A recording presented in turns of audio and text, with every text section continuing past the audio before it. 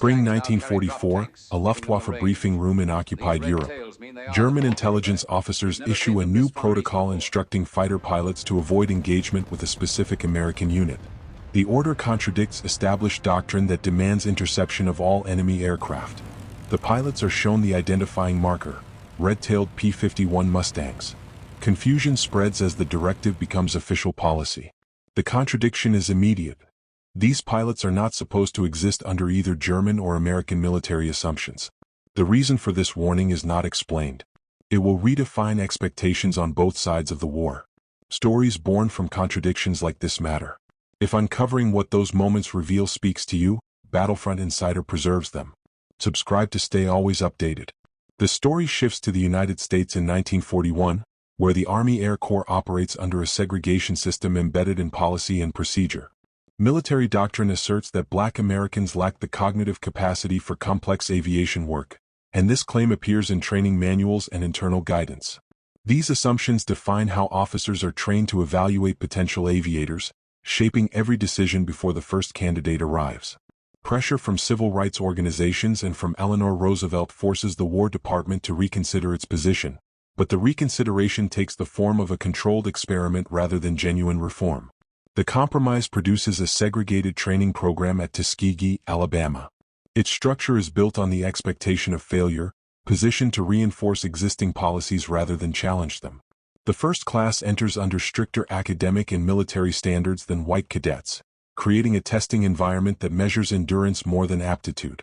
Their instructors come from two separate worlds: Black civilian pilots who bring accumulated experience, and white military officers who enforce regulations shaped by institutional skepticism. The program faces deliberate obstacles. Requests for equipment move slowly through administrative channels. Training materials arrive late or incomplete. Aircraft maintenance support remains inconsistent. Each delay creates further justification for doubts the institution already holds, reinforcing the belief that the program is an unnecessary concession rather than an investment in capability. Despite these limitations, the first class completes the full course and graduates in March 1942, meeting requirements that exceed those applied elsewhere. With graduation, the 99th Fighter Squadron becomes the first group of Black military pilots in American history. Their activation does not produce immediate deployment. Instead, they encounter repeated delays as senior commanders debate the political implications of their participation in combat. White bomber crews submit early requests that they not be assigned Black escorts, arguing that combat operations require proven support. These requests influence internal discussions, slowing decisions about where and how the new squadron will be used. Eventually, military leadership authorizes deployment to North Africa, but assigns the 99th to ground attack missions rather than bomber escort duty.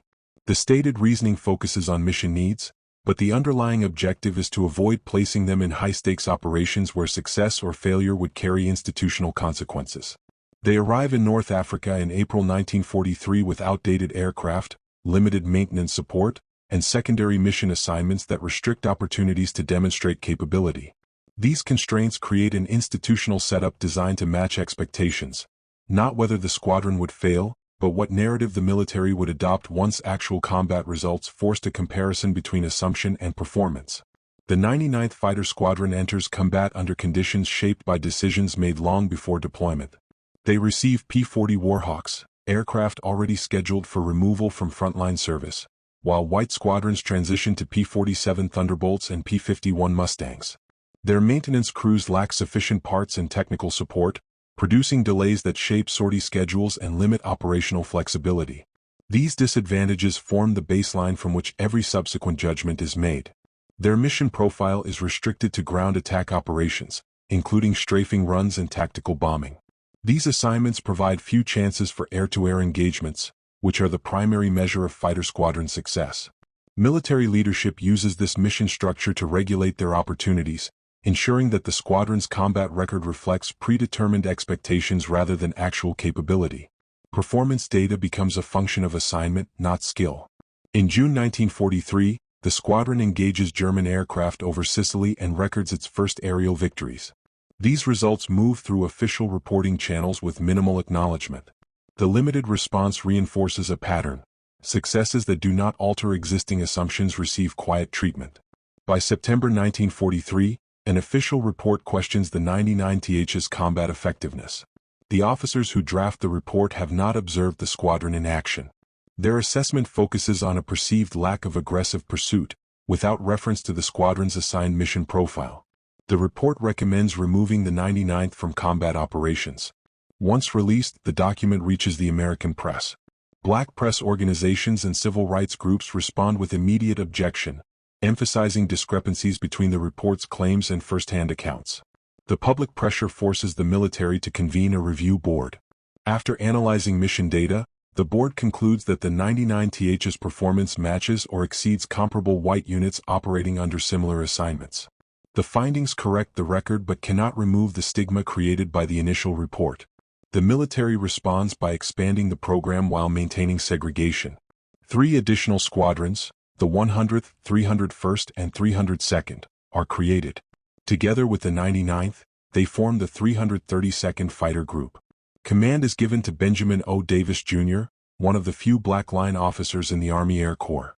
The group deploys to Italy in January 1944 and receives its first bomber escort assignments under the 15th Air Force. This marks the transition to the mission profile the pilots had originally sought, where success or failure carries direct operational consequences.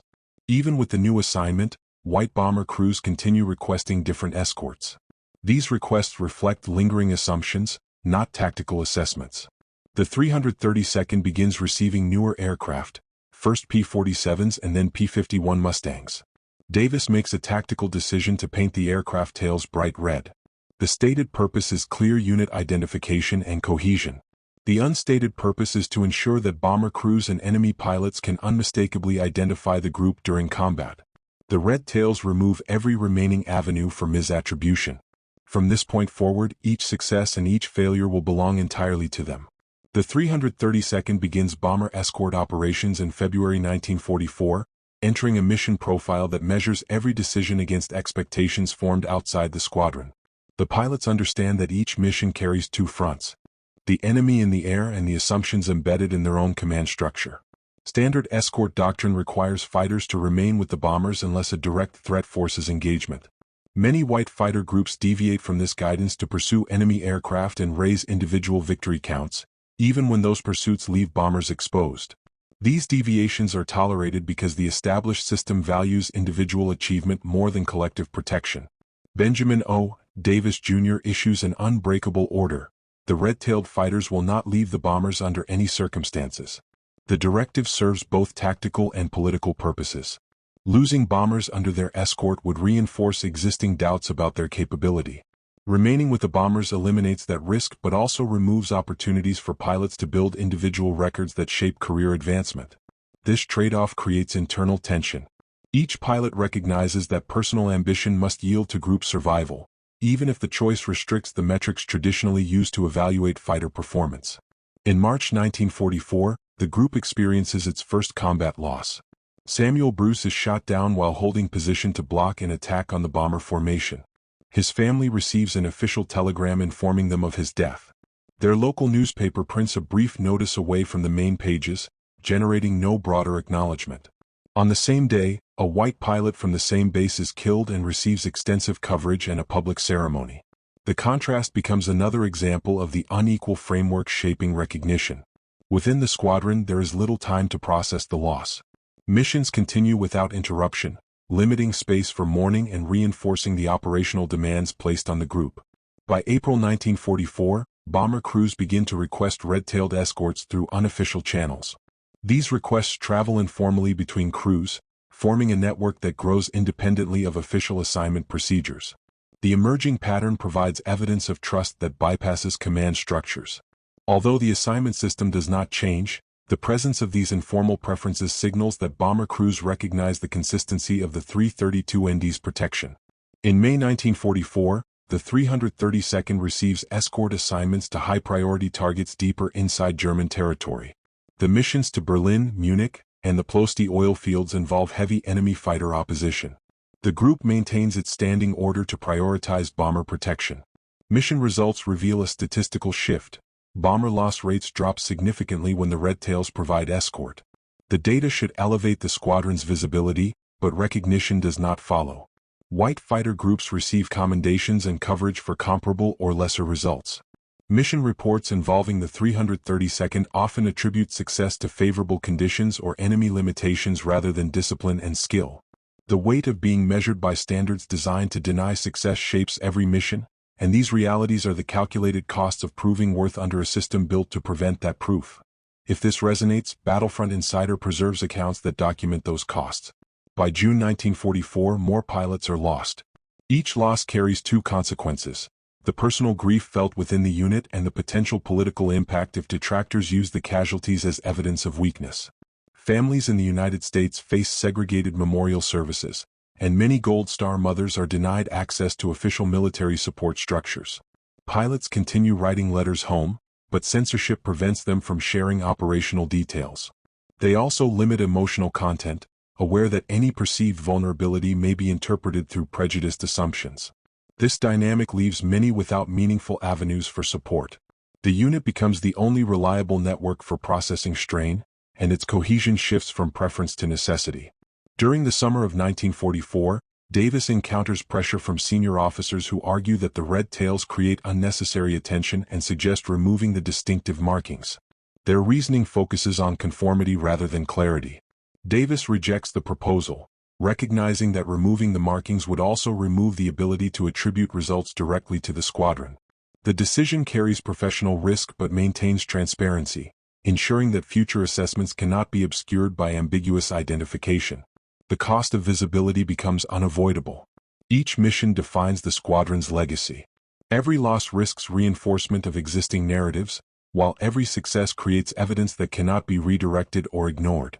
In July 1944, the 332nd confronts a growing internal conflict created by the standing order that binds every pilot to the bomber formations.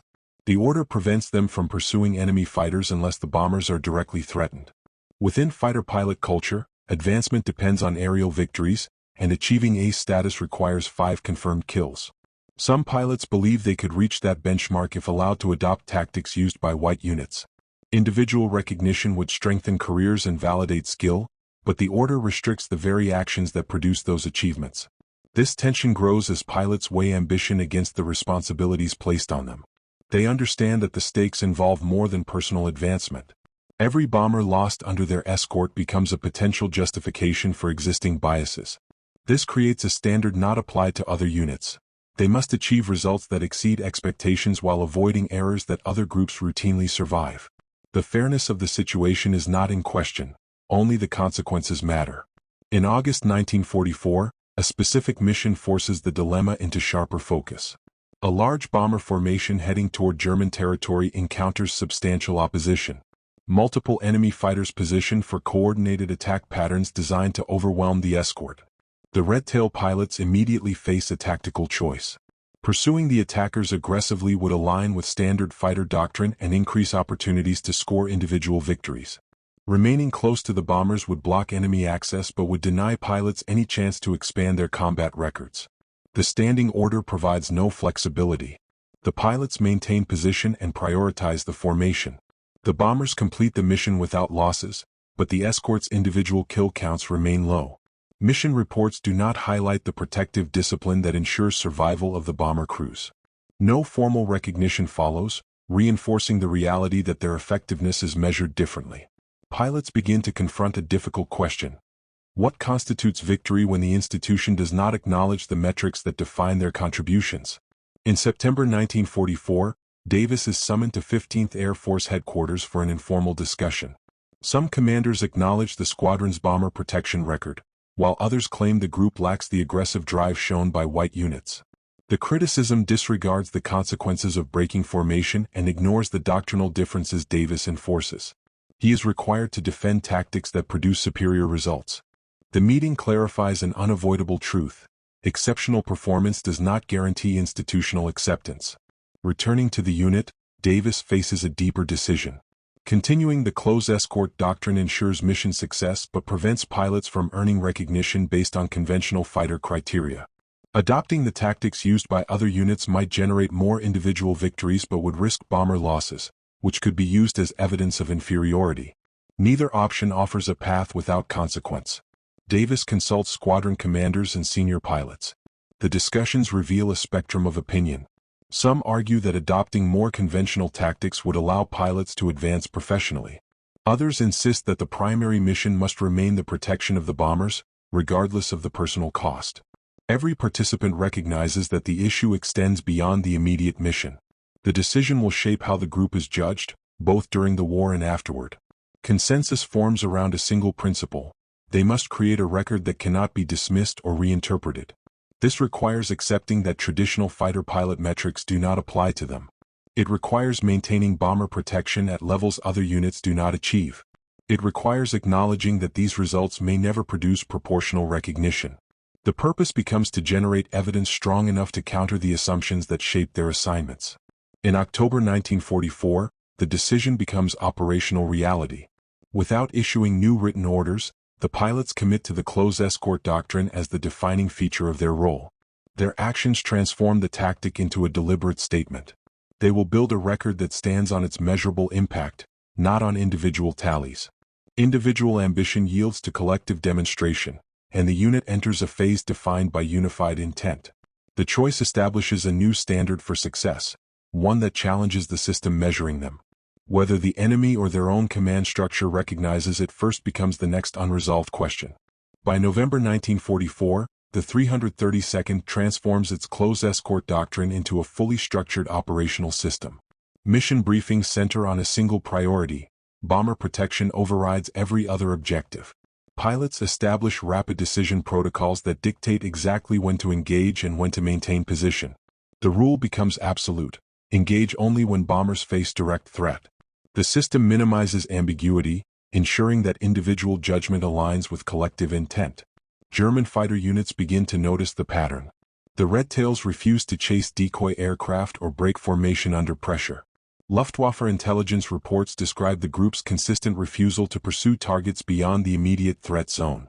This behavior is unusual compared to other American escort units and prompts German analysts to consider whether the pattern can be exploited. Enemy pilots attempt tactics designed to pull the escorts away from the bombers. Single aircraft break off from formations to provoke pursuit, relying on standard fighter instincts. The Red Tails do not respond. The tactic fails repeatedly, forcing German units to re-evaluate assumptions. The absence of pursuit eliminates opportunities to isolate bombers, altering the expected dynamics of each engagement. By December 1944, recognition of the pattern spreads on both sides.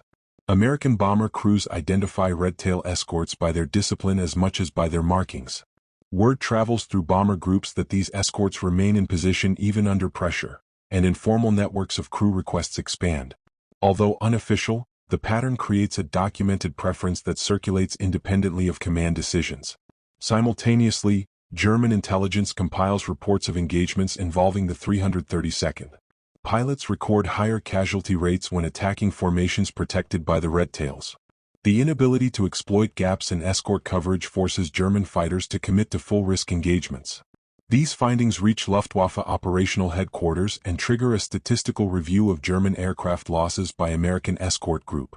The analysis identifies the 332nd as a high-risk opponent. The risk is not measured by enemy fighters destroyed but by the increased cost of attacking bomber formations under their protection. German units face a consistent barrier that disrupts their standard attack patterns. The accumulated data leads to a tactical shift. Luftwaffe Command issues guidance instructing fighter units to avoid direct engagement with bomber formations escorted by red-tailed Mustangs whenever possible. The guidance circulates through German fighter groups, establishing an extraordinary precedent. Enemy doctrine adapts in response to a unit that American policy once regarded as an experiment. The secret that began as an internal discipline becomes official enemy policy. The warning is now formal. The pilots who were never meant to fly have become an identified threat category, and the moment approaches when this recognition will face its ultimate test. The mission to Berlin in January 1945 assigns the 332nd to an escort operation at the outer limits of fighter range. The target lies deep inside German territory, and the distance leaves no allowance for extended combat. The bomber formation includes 75 heavy aircraft, supported by multiple white fighter groups rotating through earlier segments of the route. The Red Tails receive responsibility for the final approach and withdrawal, the phase expected to draw the strongest resistance. Weather conditions complicate navigation. but the formation reaches the handoff point without major opposition. As the earlier escorts depart, radar reports reveal more than 100 German fighters converging. The force includes Frontline Bf-109s and Fw-190s arranged for coordinated attack patterns designed to disrupt the bombers through simultaneous pressure from multiple angles. The 332nd faces a numerical disadvantage, with slightly more than 20 escort fighters positioned against the incoming force.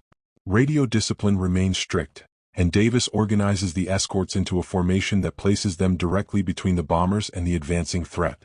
The German fighters begin their first attack runs, focusing initially on the escorts. The Red Tails hold position and refuse to pursue beyond the immediate defense zone, preserving the structure that protects the formation. What happens in the next 3 minutes will determine whether 2 years of perfect execution matters at all, and accounts like this reveal the costs of excellence when survival depends on it. The engagement intensifies as German aircraft attempt to break through the escort line. Several fighters push past and reach the bomber formation. Bomber gunners respond while the Red Tails maneuver to intercept additional attackers without abandoning their assigned positions. The pattern holds, but the margin for error narrows with each pass. The next phase of the fight will show whether their doctrine sustains the formation or becomes a liability under maximum pressure. The engagement extends for 47 minutes, and the 332nd maintains its escort structure without deviation. The bombers complete their target run and begin the withdrawal phase, where German fighters continue attempts to break the formation. The Red Tails remain positioned between the attackers and the bombers, guiding the formation through the remaining fighter zones until it exits German airspace. When the mission concludes, all 75 bombers return to base without loss. The 332nd loses 2 aircraft and records 15 confirmed enemy fighters destroyed, with additional aircraft damaged. Bomber crews note the consistency of the protection they received. During debriefing, senior officers identify that the mission marks the longest-range bomber operation completed without losses to that point in the campaign. Written reports submitted through official channels explicitly credit the Red Tail escorts. Multiple bomber crews request commendations for the 332nd's pilots, and these requests advance through the command structure. As more reports accumulate, senior bomber commanders observe a pattern. Missions escorted by the 332nd consistently show lower loss rates than comparable missions escorted by other units. A statistical review confirms that the trend spans months and includes varied target types. Analysts determine that the results cannot be attributed to favorable conditions or irregular enemy performance. The evidence demonstrates that the tactical doctrine employed by the 332nd produces measurable advantage. However, the process of converting this evidence into formal recognition moves slowly through military bureaucracy, constrained by policies and assumptions that predate the squadron's creation. This single mission validated 2 years of sacrifice, but the ripples had not finished spreading, and staying with Battlefront Insider reveals how recognition travels, or fails to travel, through systems built to resist it. In February 1945, Luftwaffe intelligence updates its tactical warnings. Red Tail escort assignments become a factor in German mission planning. Fighter units are advised to avoid direct engagement and instead attempt attacks outside the range of the 332nd. The shift marks a complete reversal from early expectations, acknowledging the threat they pose. The enemy has recognized what the American system still refuses to fully accept, and that contradiction is about to generate pressure the institution can no longer ignore. By March 1945, the Luftwaffe formalizes what its pilots have already learned through repeated engagements. Tactical doctrine now lists the 332nd as a distinct threat category. Fighter units receive explicit instructions to identify red-tailed Mustangs before committing to attack. The guidance advises disengagement or full avoidance when these escorts are present. The enemy's evaluation is driven entirely by operational outcomes, creating a stark contrast. German command treats the black American pilots as a high-risk opponent while the American system continues to debate their capability. At the same time, American bomber crews intensify their informal requests for red-tail escorts. The volume of these requests reaches a level that command structures can no longer disregard.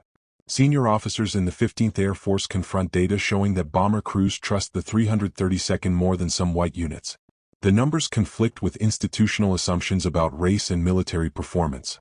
Statistical reviews confirm that bomber loss rates under Red Tail escort are consistently and significantly lower than the theater average. The pattern holds regardless of target type, distance, or enemy resistance. This evidence forces a decision within the military bureaucracy. Some commanders push for formal recognition, citing the operational benefits the 332nd provides. Others resist, arguing that such recognition would undermine segregation policy. This creates tension between tactical needs and ideological continuity, revealing the limits of institutional flexibility even in wartime. By April 1945, the War Department faces pressure from multiple directions. Black press outlets demand acknowledgement of the 332nd's record.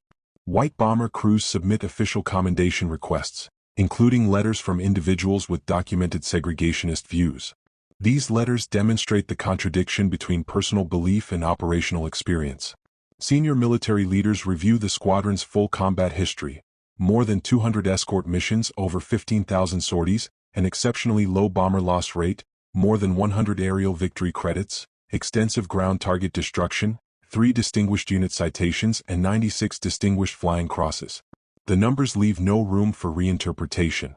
Yet the Pentagon must navigate recognition without admitting the policy failure that created the segregated program. The solution is to honor the pilots while framing their achievements as the work of exceptional individuals rather than evidence against racial doctrine. This approach permits commendations while maintaining structural barriers. Davis receives promotion to colonel, and other pilots receive medals and awards, but the institutional framework that shaped their experience remains intact. As the war in Europe ends, captured German military intelligence files reveal detailed assessments of the 332nd. These reports focus exclusively on tactical effectiveness and contain no racial analysis, producing an irony the American system cannot easily reconcile. The enemy recognized them as a threat before their own nation recognized them as equals. With hostilities concluding in May 1945, the 332nd compiles final statistics confirming its distinction across all combat metrics. Yet the recognition that follows remains incomplete. The institution acknowledges the achievements but avoids confronting what those achievements imply about the assumptions that shaped their creation. Victory brings medals, but not the broader vindication their service should have secured, leaving one unanswered question. What happens when individuals prove something the system was built to deny?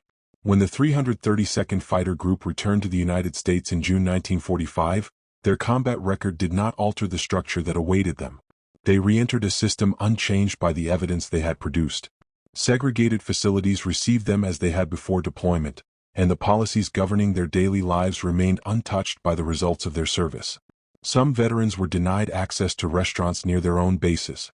Medals awarded for combat performance were presented in segregated ceremonies whose arrangements reflected the same hierarchy they had disproven in the air. National coverage of their accomplishments remained limited, and when given, it was framed as an anomaly rather than an example pointing toward systemic reform. Change began only after the war.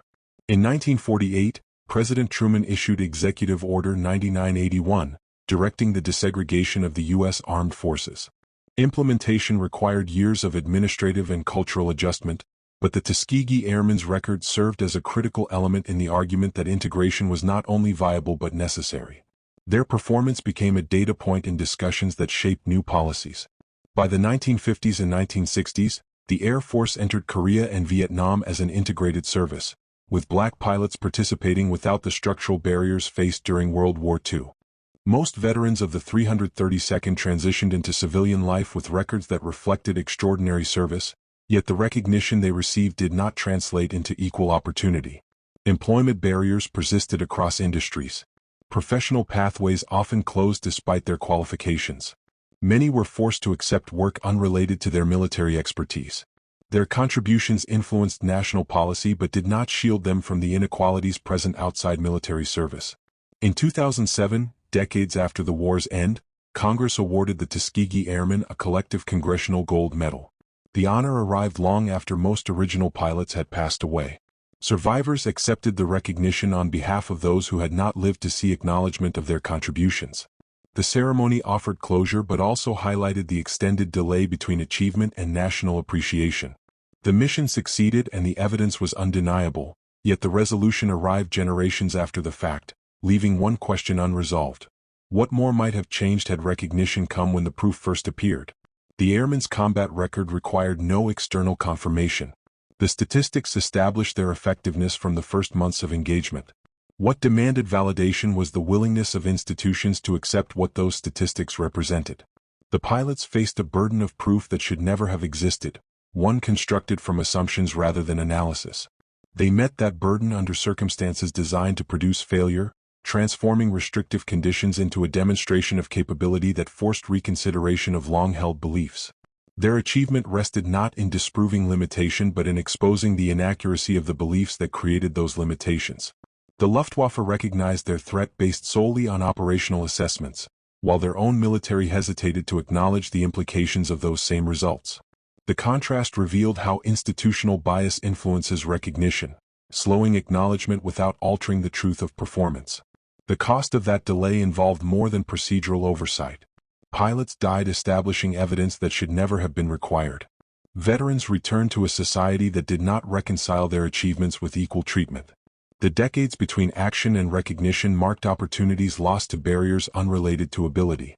Their legacy lies not in their status as exceptional black aviators but in their demonstration that race had no bearing on their capability. They compelled an institution built on assumptions of inferiority to adjust to documented reality. The system changed not because those assumptions faltered morally but because they failed factually. That distinction matters. It underscores that justice often emerges through evidence rather than through immediate acceptance. This truth leaves a broader question. How many other capabilities remained unrealized because similar assumptions shaped opportunity? The answer cannot be known, but the principle remains clear and enduring. Between February 1944 and May 1945, the 332nd Fighter Group completed more than 15,000 sorties and escorted bombers on over 200 missions. Their protection record stood out across the theater, yet recognition reached many of them only late in life or after their passing. Their performance demonstrated a capability that should never have required verification.